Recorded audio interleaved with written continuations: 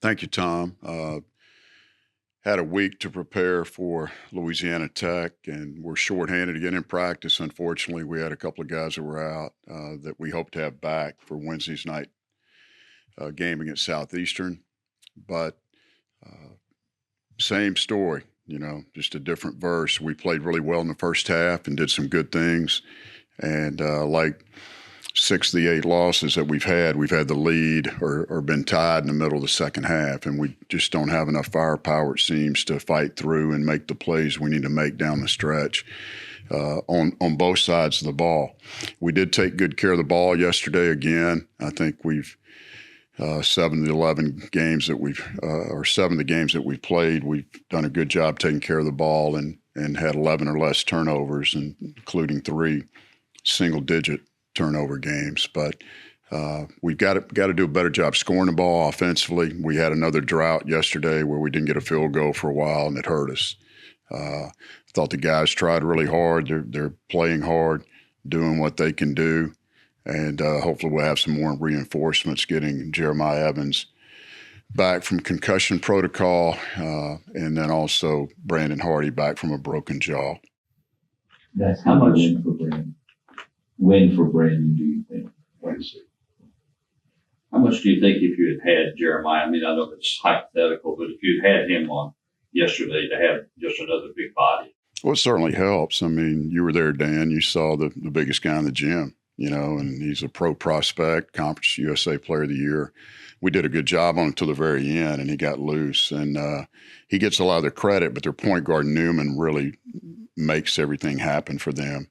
And together they're a good combination. And but having another big body would have helped, certainly. I thought Kyron did a good job at times. We lost contact with him and let him score, but they just, out of bounds plays 2 times, they just threw over the top of us and just tip it in. I mean, the size factor is an issue, and due to some of our injuries and concussions, we haven't had the size we needed to compete totally. But coaches have done a really good job with their game plans. We're trying to fight through, as I said, and I think we've been prepared. I mean, I think it shows in the first half of games we've played well and attacked the things we need to attack for the other team.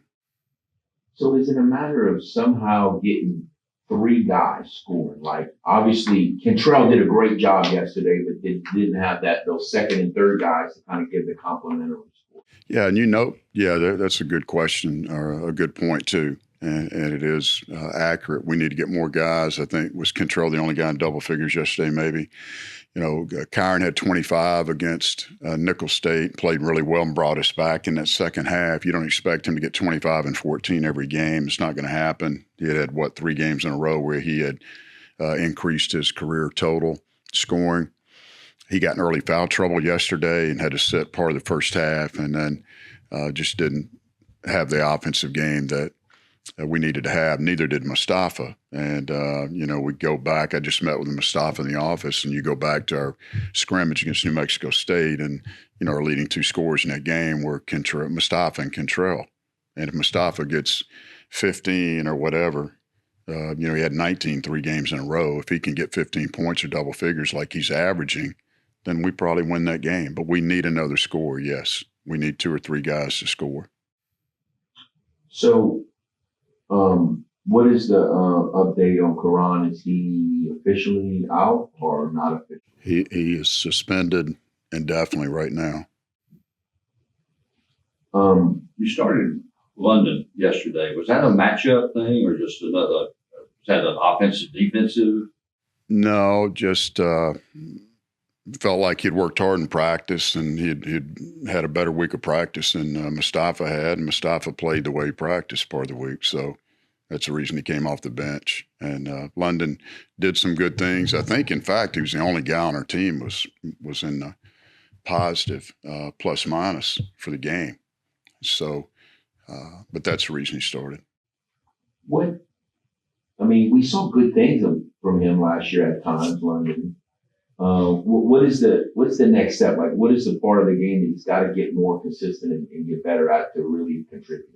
Well, that's a frustrating thing, Kevin, is that we have talked to London. I talked to the guys yesterday before the game and after the game in the locker room about self-belief, and they have to have confidence in themselves. And London's a thinker, and sometimes he overthinks things.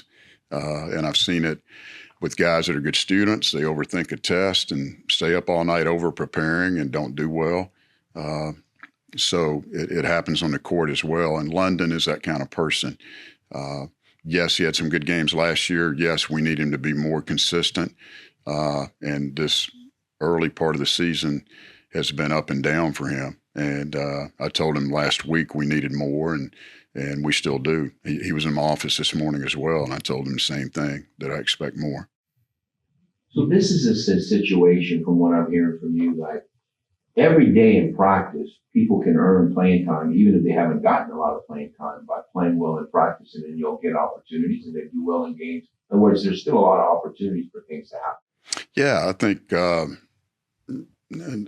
we have always done that. That's always been part of my philosophy. You earn your playing time in practice, and you keep it by producing in the games.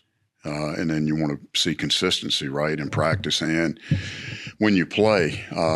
And we've played a lot of people. Now we got two more guys back that can play. And I saw Tom had in the game notes the other day that we were one of, I think, second in the country maybe, with 10 guys averaging double-figure minutes. So come in and play as hard as you can, as long as you can, and then hand it off to the next guy. So practices have been competitive when we have 10. You know, we've had 8 for the last couple of weeks, but we will have 10 tomorrow. What will be hard to do for you when he gets back in the lineup? Brandon is strong, one. He's a fierce competitor. He's shooting the ball well, and he's increased his strength and his weight since he's been here. He's an excellent defender. He's just a competitor, and I think he'll fight, and I think he'll add to our team. I think we really missed him. You know, missing Hosanna early, we thought that, boy, that's going to be a blow, you know, and then missing Brandon, you don't consider it the same blow because we've got other guard play, Dan. But if you look back, we realized pretty quick that, you know, Brandon's pretty valuable to the team too. He did start to finish the year last year and played well in the conference tournament. So it'll be nice to have him back. Ticking right above 23s a game pretty consistently for the whole year. Is that a number you guys really like where you're at? You want to take more or less? Or? No, we'd like to take more. And we are pushing to do that. The defenses are taking that away. You know, speaking of that, Southeastern Louisiana is one of the national leaders. They're giving up like 26% from three. They do a really good job of that, and teams have shot a ton against them. But we would like to shoot more three-point shots, open shots that we think we've got some good shooters, and we're going to bust out. You look last year at this time, and we were one of 2 teams in the country that made 18 threes twice, and we haven't made 10 yet. And the three-point shot, you know, we did a decent job yesterday. They hit a couple. Again, they banked one in the second half like Kent State did, and they hit one at the end of the shot clock. But we're due to bust out, you know, just like the Rob Gray kid from Nichols made 5 against us and hit a couple of really tough ones. You know, he went 0 for 3 in the next game. So we're due to catch a break like that. What does the matchup look like with these two teams this week, Son? Southeastern's really good. First of all, they I believe they're 4 and 5 record-wise, but they won at Tulane. They won it at Monroe. They should have won at Wyoming, but they played really good basketball and one of the better teams that they've had. And they've got a big kid in the middle. Roberry is probably 6'11", 270. He's a big kid, and he doesn't move great, but he's lost some weight, and he moves better than he did a year ago. They'll play through him some. He's a really good passer. But outside of that, they're 6'6", 6'6". I think we'll match up pretty well with them, especially getting Jeremiah back. That'll help.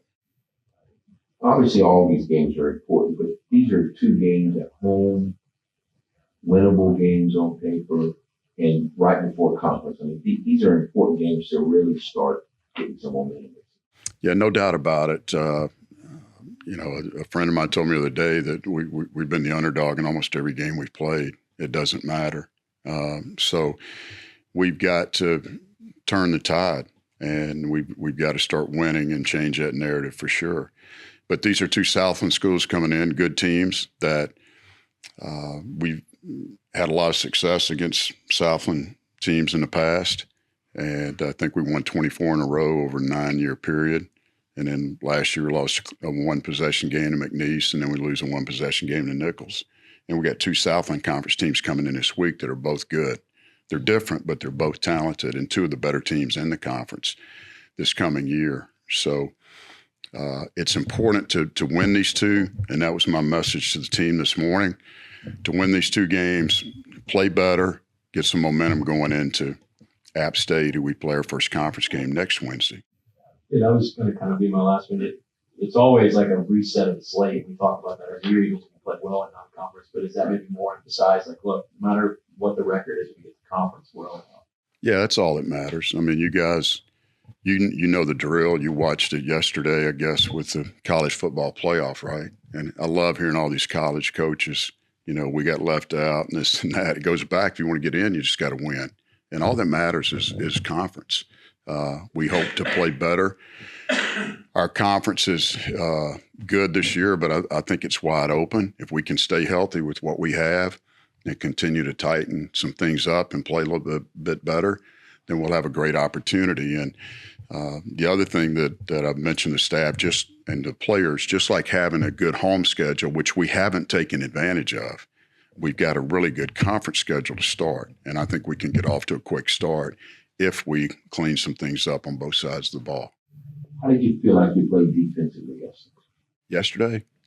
I think we're good at times. We had our opportunities. It was a 4-point game from probably the 12-minute mark to the 7-minute mark, and we couldn't score. We were stopping them, but we couldn't score.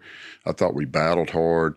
We blew a couple of assignments and gave them a couple of baskets, but for the most part, I thought our defense was good. Pleased with that. It was good enough to win. I mean, 69 points? I mean, that's plenty, and they got a couple late. So, that was the biggest lead of the game for them, 11 points, in case you guys didn't see it.